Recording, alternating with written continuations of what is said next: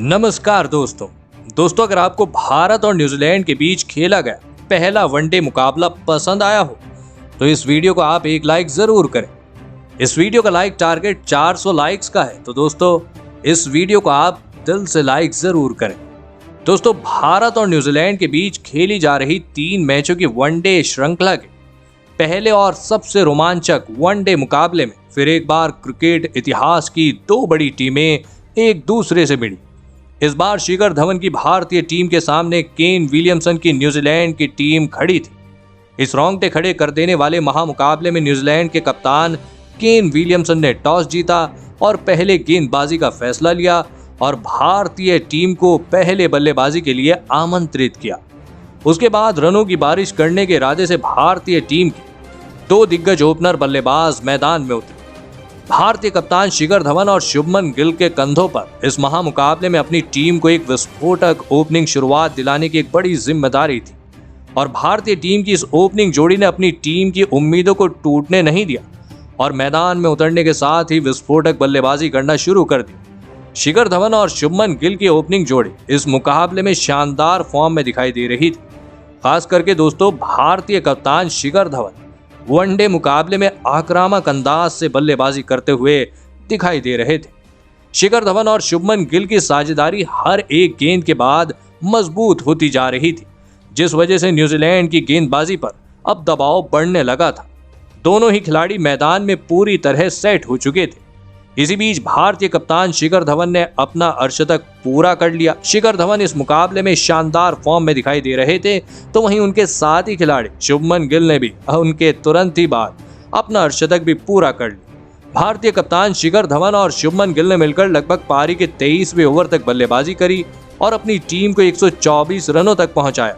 लेकिन फिर पारी का 24वां ओवर डालने आए लॉकी फर्ग्यूसन ने सेट हो चुके शुभमन गिल को डेवॉन कॉनवे के हाथों कैच आउट करा दी।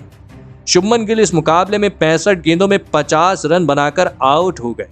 जी हां, आपको बता दें कि शुभमन गिल के आउट हो जाने के बाद अब भारतीय टीम की तरफ से श्रेयस अय्यर बल्लेबाजी करने मैदान में उतरे, लेकिन उनके साथी खिलाड़ी और बेहतरीन फॉर्म में चल रहे भारतीय कप्तान शिखर धवन उनका साथ ज्यादा देर तक नहीं निभा पाए और पारी के 25वें ओवर में टीम सऊदी ने शिखर धवन को फिन एलन के हाथों कैच आउट करा दिया। शिखर धवन इस मुकाबले में 77 गेंदों में 72 रनों की पारी खेल आउट हुए। एक विस्फोटक ओपनिंग शुरुआत के बाद भारतीय टीम के दोनों ही सेट बल्लेबाज आउट हो चुके थे। शिखर धवन के आउट हो जाने के बाद अब ऋषभ पंत बल्लेबाजी करने मैदान में उतरे। श्रेयस अय्यर और पंत ने मिलकर फिर यहां से भारतीय पारी को संभालने की पूरी कोशिश करी, लेकिन फिर पारी के 33वें ओवर की दूसरी गेंद पर ऋषभ पंत को लॉकी फर्ग्यूसन ने क्लीन बोल्ड कर दिया। ऋषभ पंत इस मुकाबले में 23 गेंदों में 15 रन बनाकर आउट हो गए। तो वहीं उनके तुरंत ही बाद नए बल्लेबाज और बेहतरीन फॉर्म में चल रहे सूर्य कुमार यादव को भी लॉकी फर्ग्यूसन ने फिन एलन के हाथों कैच आउट करा दिया। जी हां, और पूरा मुकाबला ही बदल दिया। सूर्य कुमार यादव इस मुकाबले में 3 गेंदों में 4 रन बनाकर आउट हो गए। भारतीय टीम की बल्लेबाजी अब दबाव में आ चुकी थी। भारतीय टीम ने एक के बाद एक लगातार अपने टॉप ऑर्डर के 4 बल्लेबाजों को खो दिया था, जिस वजह से न्यूजीलैंड की गेंदबाजी अब भारतीय बल्लेबाजी पर हावी होने लगी थी। लेकिन विकेट गिरने के बाद अब श्रेयस अय्यर का साथ देने संजू सैमसन मैदान में उतरे और फिर यहां से सेट हो चुके श्रेयस अय्यर और संजू सैमसन ने भारतीय पारी को संभाला और एक मजबूत साझेदारी बनाना शुरू कर दी। दोस्तों, खास करके इस मुकाबले में श्रेयस अय्यर भारतीय टीम के लिए सर्वश्रेष्ठ पारी खेल रहे थे, तो वहीं नए बल्लेबाज संजू सैमसन भी उनका बाखूबी साथ निभा रहे थे। अब दोनों ही भारतीय खिलाड़ी मैदान में पूरी तरह सेट हो चुके थे। न्यूजीलैंड का कोई भी गेंदबाज श्रेयस अय्यर और संजू सैमसन की इस जोड़ी को तोड़ नहीं पा रहा था। इसी बीच लाजवाब बल्लेबाजी कर रहे श्रेयस अय्यर ने अपना अर्धशतक पूरा कर लिया। अर्धशतक पूरा करने के बाद भी श्रेयस अय्यर उसी तरह गति से भारतीय टीम के लिए रन बनाते दिखे। इन दोनों की साझेदारी अब 50 रनों का आंकड़ा पार कर चुकी थी। श्रेयस अय्यर और संजू सैमसन ने मिलकर लगभग पारी के 45वें ओवर तक बल्लेबाजी करी और अपनी टीम को 254 रनों तक पहुंचाया। लेकिन फिर पारी का 46वां ओवर डालने आए एडन मिल ने, जी हां, संजू सैमसन को ग्लेन फिलिप्स के हाथों कैच आउट करा दिया। संजू सैमसन इस मुकाबले में 38 गेंदों में 36 रन बनाकर आउट हो गए। अब यहां से भारतीय टीम का 300 का आंकड़ा पार करना लगभग नामुमकिन ही लग चुका था।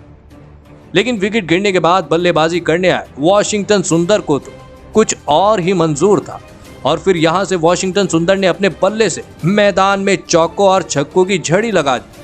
वॉशिंगटन सुंदर इस मुकाबले में लगभग 231 की स्ट्राइक रेट से बल्लेबाजी कर रहे थे। तो वहीं श्रेयस अय्यर भी मैदान में आक्रामक अंदाज से बड़े शॉट खेल रहे थे। श्रेयस अय्यर ने इस मुकाबले में 76 गेंदों में 80 रनों की पारी खेली। जी हां, बेहतरीन पारी खेली। तो वहीं वॉशिंगटन सुंदर ने 16 गेंदों में 3 छक्के और 3 चौकों की मदद से 37 रन बनाए और इसी के बदौलत भारतीय टीम ने 306 रनों का एक पहाड़, जी हां एक बड़ा लक्ष्य न्यूजीलैंड की टीम के आगे रखा। उसके बाद भारतीय टीम से मिले 307 रनों के विशाल लक्ष्य का पीछा करने न्यूजीलैंड के बल्लेबाज मैदान में उतरे। फिन एलन और डेवॉन कॉनवे के कंधों पर इस महामुकाबले में अपनी टीम को एक विस्फोटक ओपनिंग शुरुआत दिलाने की एक बड़ी जिम्मेदारी थी और न्यूजीलैंड के इन 2 ओपनर बल्लेबाजों ने अपनी पारी की शुरुआत भी बेहतरीन तरीके से की। लेकिन ये साझेदारी भी भारतीय गेंदबाजों ने ज्यादा देर तक टिकने ही नहीं दी और पारी के 8वें ओवर में शार्दुल ठाकुर ने सेट हो चुके फिन एलन को ऋषभ पंत के हाथों कैच आउट करा दी। फिन एलन इस मुकाबले में 25 गेंदों में 22 रन बनाकर आउट हो गए। फिन एलन के आउट हो जाने के बाद अब न्यूजीलैंड की टीम की तरफ से कप्तान केन विलियमसन बल्लेबाजी करने मैदान में उतरे और फिर यहां से सेट हो चुके डेवॉन कॉनवे के साथ मिलकर कप्तान केन विलियमसन ने एक मजबूत साझेदारी बनाना शुरू कर दी। केन विलियमसन और डेवॉन कॉनवे ने मिलकर लगभग पारी के 15वें ओवर तक बल्लेबाजी करी और अपनी टीम को 68 रनों तक पहुंचाया। लेकिन फिर पारी का 16वां ओवर डालने आए उमरान मलिक ने सेट हो चुके ऋषभ पंत को, जी हां उमरान मलिक ने सेट हो चुके खिलाड़ी को ऋषभ पंत के हाथों कैच आउट करा दिया। डेवॉन कॉनवे इस मुकाबले में 42 गेंदों में 24 रन बनाकर आउट हो गए। तो वहीं डेवॉन कॉनवे के आउट हो जाने के तुरंत ही बाद नए बल्लेबाज, जी हां बल्लेबाजी करने आए डेरल मिशेल को भी उमरान मलिक ने पारी के 20वें ओवर की 5वीं गेंद पर दीपक हुड्डा के हाथों कैच आउट करा के पूरा मुकाबला ही बदल दिया। डेरल मिशेल इस मुकाबले में 16 गेंदों में 11 रन बनाकर आउट हो गए। न्यूजीलैंड की पूरी पारी अब पूरी तरह, जी हां पूरी तरह दबाव में आ चुकी थी। उमरान मलिक की आग उगलती गेंदों, जी हां न्यूजीलैंड के बल्लेबाज समझ नहीं पा रहे थे। भारतीय टीम के सभी गेंदबाज बेहतरीन फॉर्म में दिखाई दे रहे थे।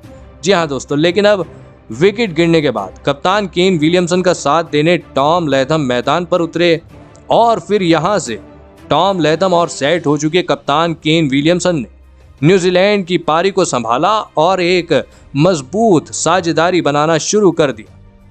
अब न्यूजीलैंड के इन 2 बल्लेबाजों पर ही इस मुकाबले में न्यूजीलैंड की टीम को, जी हां न्यूजीलैंड की टीम की पूरी किस्मत टिकी हुई थी और फिर यहां से कप्तान विलियमसन के साथ मिलकर टॉम लैथम ने न्यूजीलैंड की पारी को संभाला और एक मजबूत साझेदारी एक अहम मौके पर बनाना शुरू कर दी।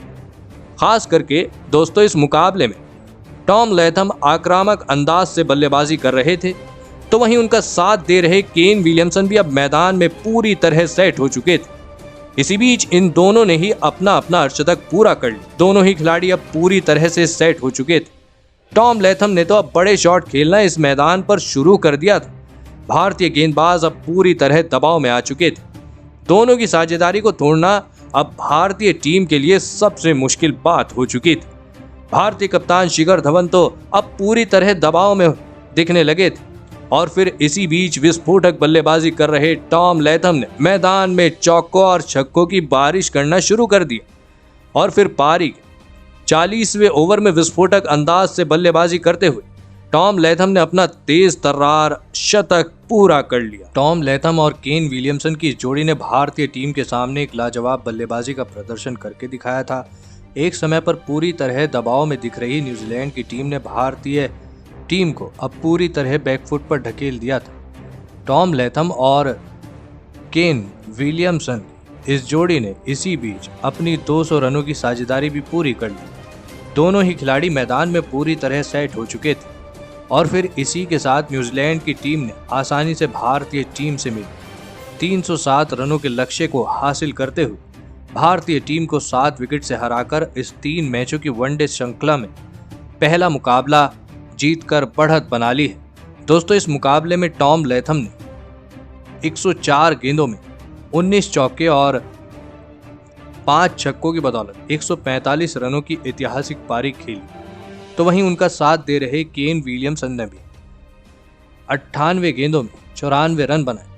लेकिन दोस्तों, भारतीय टीम की इस मुकाबले में गेंदबाजी ने सभी को निराश किया। भारतीय टीम की गेंदबाज शुरुआत में बेहतरीन फॉर्म में दिखाई दिए, लेकिन उमरान मलिक को छोड़कर कोई भी भारतीय गेंदबाज इस मुकाबले में अच्छा प्रदर्शन करके नहीं दिखा पाए। लेकिन दोस्तों, आपको क्या लगता है अगले आने वाले मुकाबले में भारतीय टीम में कौन से बदलाव किए जाने चाहिए? आप अपनी राय नीचे कमेंट में देना बिल्कुल भी ना भूलें। धन्यवाद।